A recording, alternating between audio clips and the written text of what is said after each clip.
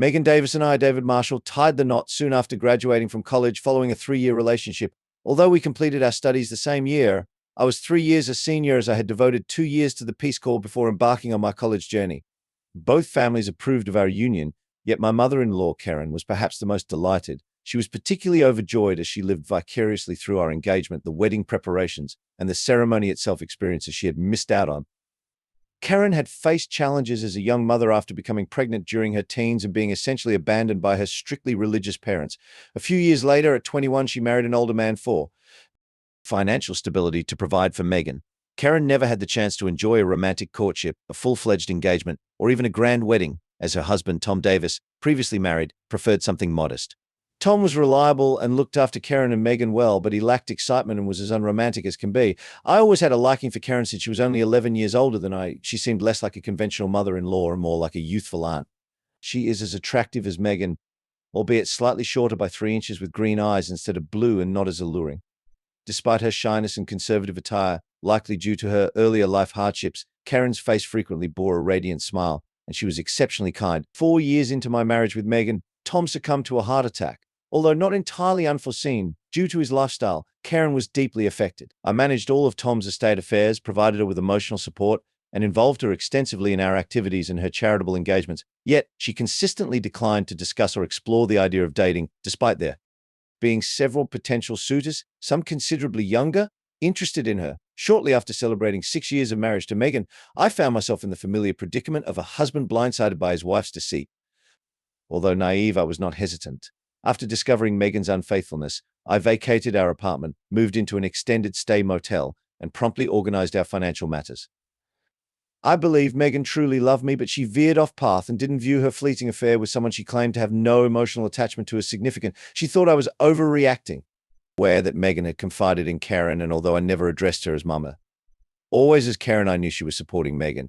3 days post-move, Karen came to see me at the motel. Surprised yet appreciative of her kindness, I welcomed her inside. We sat on the sofa where she grasped my hand and tenderly expressed, "I'm so sorry, David. I know I didn't bring Megan up this way." I held her hand tightly in response. I understand, Karen, you've always been upright. Your past struggles don't reflect on Megan's choices. How are you coping with a tear in one eye? She replied, "I'm getting by, though it's hard." I reassured her, "I'm managing. It was a jolt, but I'm dealing with it. I may be hurt for some time, but we'll overcome it. Do you think there's any chance you could forgive Megan and reconsider our relationship? I'm struggling with this, especially since she thinks I'm overreacting and fails to grasp the gravity of her actions." A tear welled up in my eye. We spent the next hour not only discussing Megan, but also other matters.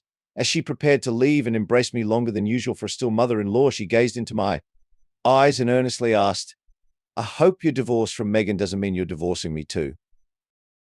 "Karen, you will always hold a special place in my heart," I responded. I felt reassured after Karen departed. By supporting her daughter's interests, she acknowledged my emotions did not pressure me and behaved more like a genuine friend than merely a mother-in-law. My sense of relief persisted until that night when I awoke drenched in sweat from a highly improper dream. A week after moving out, I initiated divorce proceedings due to irreconcilable differences and informed my landlord that I was no longer liable for the apartment's rent. Megan was profoundly disturbed, which baffled me. What was she expecting? She had known me for 9 years, and I had always been transparent with her. Megan and her attorney employed various strategies, including proposing counseling, which complicated the first 3 months. Despite my astonishment, I adhered to my values. Without the encouragement from 2 of my bachelor friends who supported me, I would have found it even more challenging. Karen also made it a point to call me weekly, not only to inquire about my well-being, but also to share uplifting anecdotes from her charity endeavors. We met for lunch monthly, and Karen consistently appeared cheerful. After about 3 months, we attended a preliminary hearing before a magistrate on a Monday at 1 p.m. Megan suggested counseling, but my attorney effectively opposed it by revealing photos of Megan dining with George, her affair partner, on at least 2 occasions since filing for divorce. Despite Megan's tearful assertions that there had been no sexual contact with him since I moved out, the judge was unimpressed by her proximity to him and rejected her plea for mandatory counseling. It was apparent to all present that this marked the likely downfall of our marriage, anticipated to end within 3 months. The following day, Karen called me at work, which was unusual but always appreciated. After some casual conversation, she addressed the matter directly. "David, you probably heard that Megan was quite upset yesterday. Do you think the divorce will finalize soon?" "Yes, Karen." I replied, "It's unfortunate, but I must move forward. My lawyer is confident we can resolve the financial aspects, so we should anticipate a final decision in roughly 3 months." Sensing my low spirits, Karen offered, I thought you might be feeling down. So how about dinner on Friday? It wouldn't be too awkward for you to dine out with your soon-to-be ex-mother-in-law, would it? If it makes you uncomfortable, I can always wear a disguise, she joked. I laughed. No, that sounds nice and you don't need a disguise. I'm just not sure I'll be the best company. Don't worry, I'll make sure it's enjoyable and you eat well. I know cooking isn't your forte, she teased. What time should I pick you up on Friday? I joked back, acknowledging her playful dig at my culinary skills as a compliment. We can meet at the restaurant or you can pick me up, but I insist on treating you no arguments.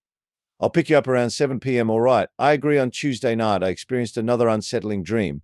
If these persisted, I considered consulting a psychiatrist. Surprisingly, yet not unexpectedly, when Karen arrived at my door at 7:02 p.m. on Friday, she was dressed more stylishly than usual. She donned a chic low-cut blouse, a short skirt, heels, light makeup that highlighted her striking green eyes, and a new hairstyle that enhanced her already lovely features. She appeared younger, more like she was in her 30s rather than 43.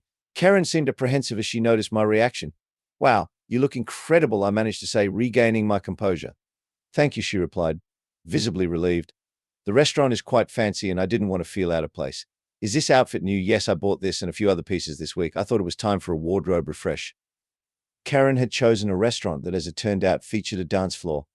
Unfortunately, while she was driving, her skirt shifted upward to her thigh, revealing more than I had ever seen before. I couldn't help but notice how slender she looked. The dinner was delightful, and Karen's infectious enthusiasm almost made me forget about the ongoing divorce. However, her drinking habits were unusual tonight. Normally, she would just have a glass of wine, but tonight she ordered a bottle for us both. Since I seldom drink and only had one glass, she finished off the rest. After dinner, she persuaded me to join her on the dance floor. The only other times I had danced with her were at Megan's wedding and reception, and perhaps once or twice following Tom's passing. Back then, she had declined many invitations to dance and was a modest, restrained dancer, but tonight she was vibrant and lively. After several dances, we paused while she went to the restroom. I waited at a table, and upon her return, I inquired, "How did you become so skilled at dancing? I consider myself fairly good, but you were clearly superior," she smiled. "I've been taking dance lessons weekly for almost a year. Did I do okay?" "You were one of the best dancers there, and you definitely attracted the attention of many men," I said, grinning. "Oh, I hadn't noticed," she blushed. Just then, a man approached and asked if he could dance with Karen. I was briefly taken aback, realizing that with her look, people might assume she was my date. Regaining my composure, I joked, "It depends on my mother-in-law." He appeared embarrassed, and Karen playfully swatted my hand, smiling. "He's joking, but since this is only our second date, I don't want to disappoint him, especially if some young lady steals him away. So thank you for the offer, but I'll pass. However, if he leaves me, I'm sure I'll see you here again." She laughed and placed her hand on mine. The man smiled, kissed her hand, and left. "You're quite the charmer," I remarked. At that moment, the waiter brought over what seemed to be a Bloody Mary for Karen and a soda for me. Before I could mention that we hadn't ordered them, she interjected, "I ordered on the way back. Now, have a drink, and then let's hit the dance floor again." I had never seen her consume strong alcohol before, but she quickly gulped down the Bloody Mary. I finished my soda, and we returned to dance. After another 5 or 6 dances, Karen leaned close and whispered, "I think I've reached my limit, both with the alcohol and dancing. Can you drive me home? I shouldn't drive, maybe I'm drunk. I'm not sure, as I've never been drunk before, but I doubt I could drive without hitting something." I retrieved the car from the valet while Karen visited the restroom again, then drove her to her house. She resided in a quaint, fashionable home in a nearby chic suburb about 8 miles from my apartment. I considered taking a taxi home. Karen talked non-stop during the drive, repeatedly expressing hope that I had enjoyed myself and momentarily forgotten her unfaithful daughter. When we arrived at her place, she fumbled with her garage keys. I took them, opened the door, and assisted her inside. Once inside, she shut the garage door and firmly locked the deadbolt. Then she pulled something from her purse and handed it to me. "I took these off in the bathroom as a souvenir for you," she giggled. They were her panties. I'm sure I turned beet red, but that was nothing compared to what happened next. After handing me her panties, I stood dumbfounded as she suddenly dropped her skirt. When I asked, "What are you talking about?" she swiftly removed her blouse, revealing her bra. By now, I was likely bright red. I'd always imagined that beneath her conservative attire was a stunning physique, but what I saw was even more incredible. She had a figure that could make any woman envious.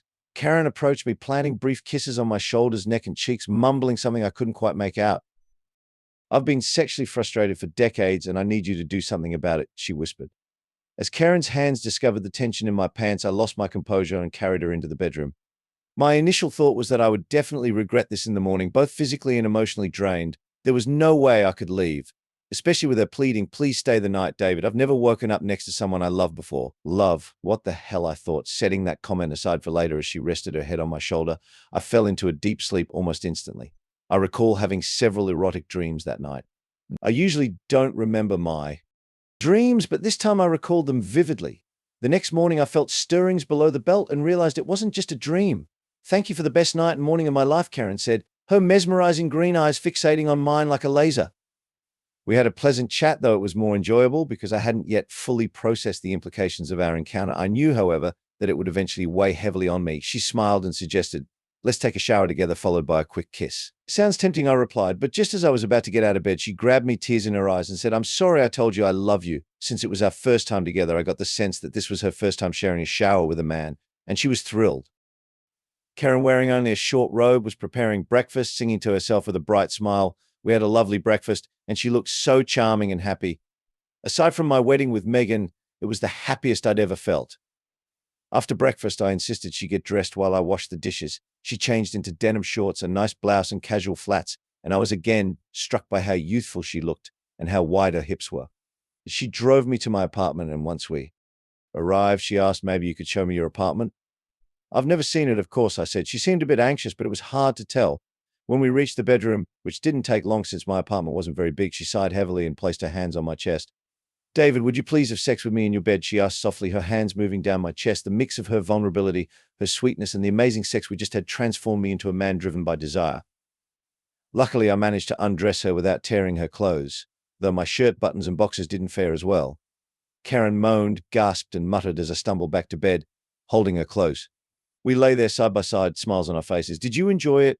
she asked. "Yes, of course," I said, "but I'm not sure I can handle this on a regular basis. I'm utterly exhausted, and my spine feels like jelly." She laughed. I massaged her back, and she did the same for me. We must have been in bed for about an hour when she asked, "Am I interfering with your plans for the day?" I replied, "I guess my plans changed after last night."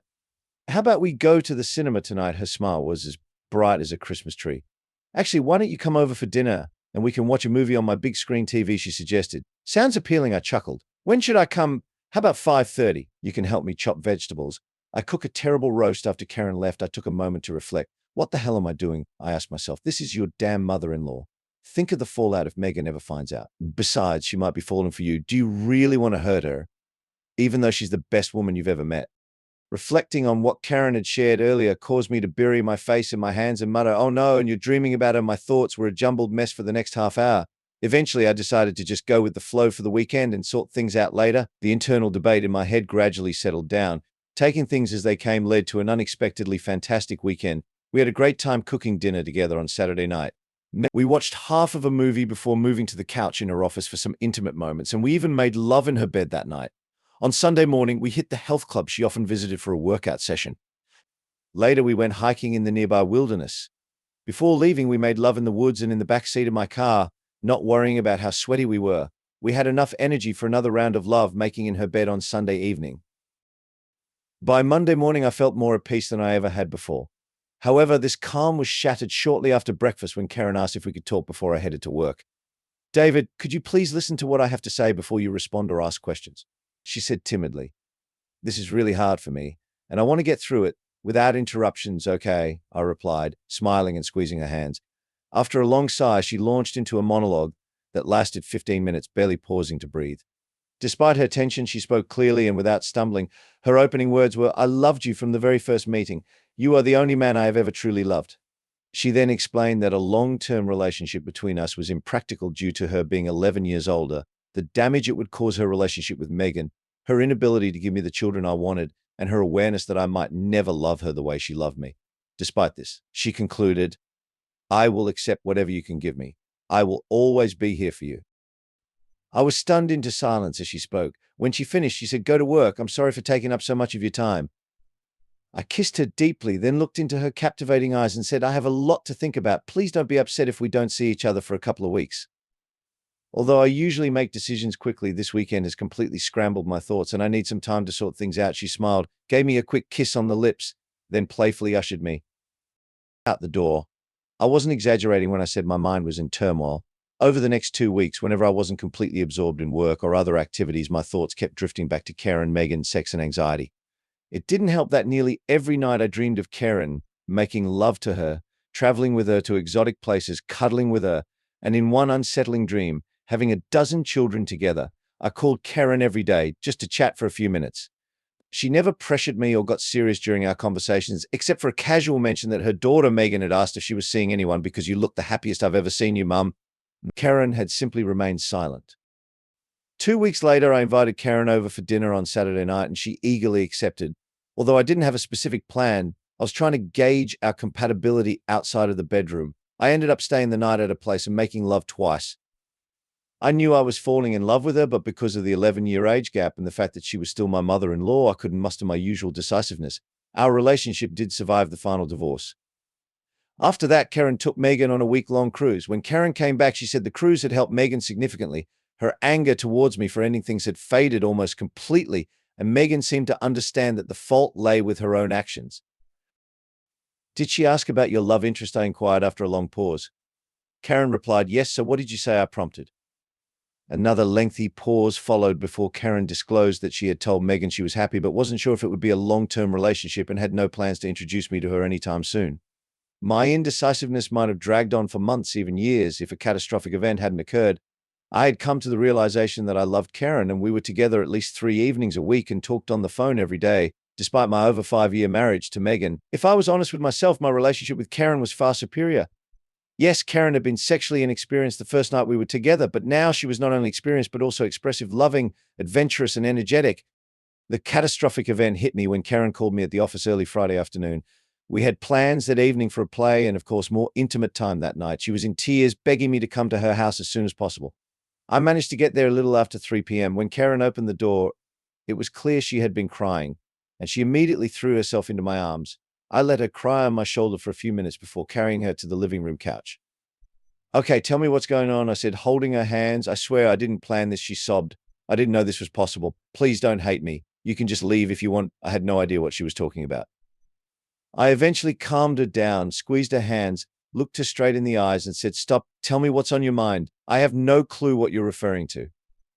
She sniffled, took a deep breath, and said, "I'm 7 weeks pregnant." This was completely unexpected news. We had discussed the possibility before, and she had expressed regret about not being able to have children, knowing how much I wanted them. Karen had tried to have a child with Tom, but it hadn't worked out a few years before after giving birth to Megan. The doctor had told her, though, she no longer remembered the details, that she probably wouldn't be able to conceive again. As I absorbed this shocking news, I was momentarily speechless, and my eyes must have widened in disbelief. Karen, misinterpreting my stunned silence as anger or rejection, began to cry so intensely that I feared it might turn into a medical emergency. I looked deeply into her mesmerizing eyes and said, "I have a lot to think about. Please don't be upset if we don't see each other for a couple of weeks. I'm usually quick to make decisions, but this weekend has completely scrambled my thoughts, and I need some time to sort things out." She smiled through her tears, gave me a quick kiss on the lips, then playfully nudged me out the door.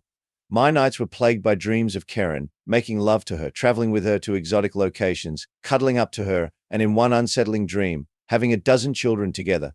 Until I saw Karen, I called her daily just to chat for a few minutes. She never pressured me or made our conversation serious, except for a casual mention that Megan had asked, "You look the happiest I've ever seen you, Mum. Are you seeing someone?" Karen had simply stayed silent. 2 weeks later, I invited Karen over for dinner on a Saturday night, and she happily accepted. Though I hadn't planned on it, I wanted to test our compatibility outside the bedroom. I ended up spending the night at her place, and we made love twice. I knew I was falling in love with her, but the 11-year age difference and the fact that she was still my mother-in-law made it hard for me to be decisive. Our relationship managed to survive the final divorce. After that, Karen took Megan on a week-long cruise. When Karen returned, she said the cruise had significantly helped Megan, diminishing her anger towards me and making her realize that she was to blame for her own actions. "Did Megan ask about your romantic interest?" I questioned after a significant pause. Karen responded, "Yes, so what was your response?" I persisted. Following another prolonged silence, Karen revealed that she had told Megan she was content but uncertain if it would evolve into a long-term partnership, and that she had no immediate intentions to introduce me to her. My hesitation could have lingered for months, perhaps even years, if not for a critical juncture. I had realized that I loved Karen, and we were spending at least 3 evenings a week together and conversing daily on the phone. Despite my marriage to Megan for more than 5 years, my connection with Karen was substantially more fulfilling. Indeed, Karen was sexually unseasoned the first night we spent together, but now she was not only seasoned but also exceptionally expressive, affectionate, adventurous, and vigorous. The pivotal moment occurred when Karen phoned me at the office early Friday afternoon. We had plans that evening for a play and naturally some private time afterward. She was weeping and pleaded with me to come to her house as soon as possible. I managed to arrive shortly after 3 p.m. When Karen opened the door, it was evident she had been crying, and she immediately rushed into my arms. I let her weep on my shoulder for a few minutes before carrying her to the living room sofa. Okay, tell me what's happening, I urged, holding her hands. I swear I didn't anticipate this, she cried, her words broken. Like, I didn't know this was feasible. Please don't despise me. You can just leave if you want. I, I had no clue what she was referring to. I finally calmed her down, looked her straight in the eyes, and demanded, "Stop, tell me what's on your mind." "I have no idea what you're talking about," she sniffled, took a deep breath, and revealed, "I'm 7 weeks pregnant." This was unexpected news. We had discussed this previously, and Karen had lamented not being able to become pregnant because she knew how much I desired children. She had attempted with Tom, but it was unsuccessful. A doctor had informed her years ago after she gave birth to Megan that, for reasons she couldn't remember, she likely wouldn't be able to conceive again. My astonishment was palpable, and I was silent for a moment. Karen, thinking I was distressed and might leave her, wept so intensely that I feared there might be a health crisis. My mind suddenly became clear. I realized I loved her more deeply than I had ever loved anyone before, and I sincerely wanted at least one child. I didn't mind the age difference. It was time to decide. And the choice was obvious. I cupped her face in my hands and wiped her tears with my thumbs. "Stop crying, Karen.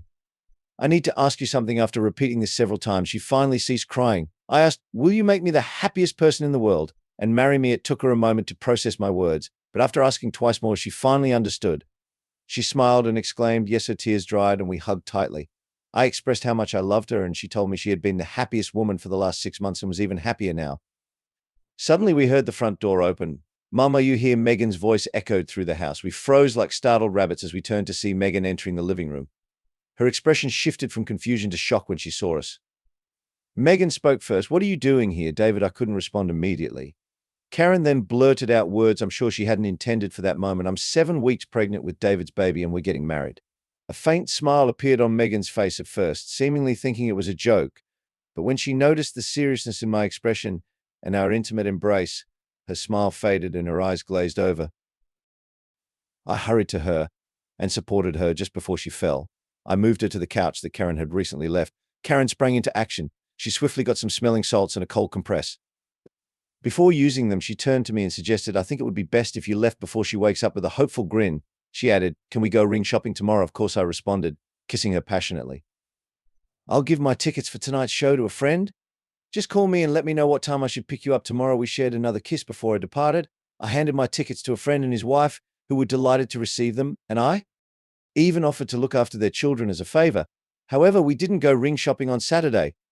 Around noon, Karen called to inform me that Megan would be staying the night and that it might take them the rest of the weekend to resolve things. I couldn't dispute that. I told Karen I loved her and that we'd go shopping as soon as possible, hopefully on Monday. She laughed before hanging up.